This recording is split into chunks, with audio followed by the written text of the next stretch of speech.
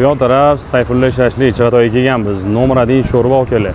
Bil turibsizlar Chig'atoyliklar bormi akalar? Bitta layk ko'rib ketasizlar.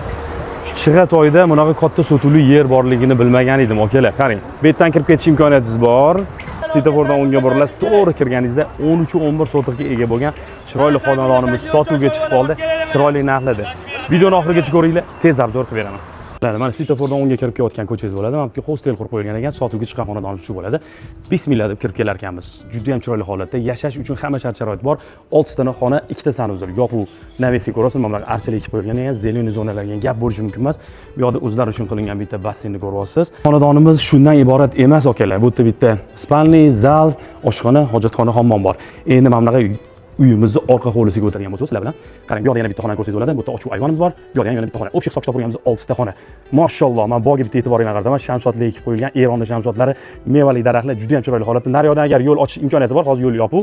Ochsangiz bo'ladi, kichkinagina holatda bo'ladi. Mana mana shu xonadonimiz bo'ladi. Общий hisob-kitobini urganimizda 13-11 sotiq bo'ldi. Startviy narxini har bir sotiqga 53 ming dollardan baholab qo'yganmiz. Egalar raqamini qoldirib qo'yamiz. Biznes egalari uchun bo'ladi bu xonadonimiz. Ko'ryapsiz, yon atrofda shashliklar, sho'rva, hostel, o'quv markazida ishlab turibdi. Sizga ham hamma narsa qilishga fazolat qiladi. Endi bu yerda suv, svet, gaz, kanalizatsiyalardan umuman muammo yo'q. Lokatsiya Telegram kanalida bo'ladi. Egalar raqam qoldiramiz. Kelib, ko'rib, talashib tortish barakasini qilsanglar bo'ladi. Sog' bo'lasizlar.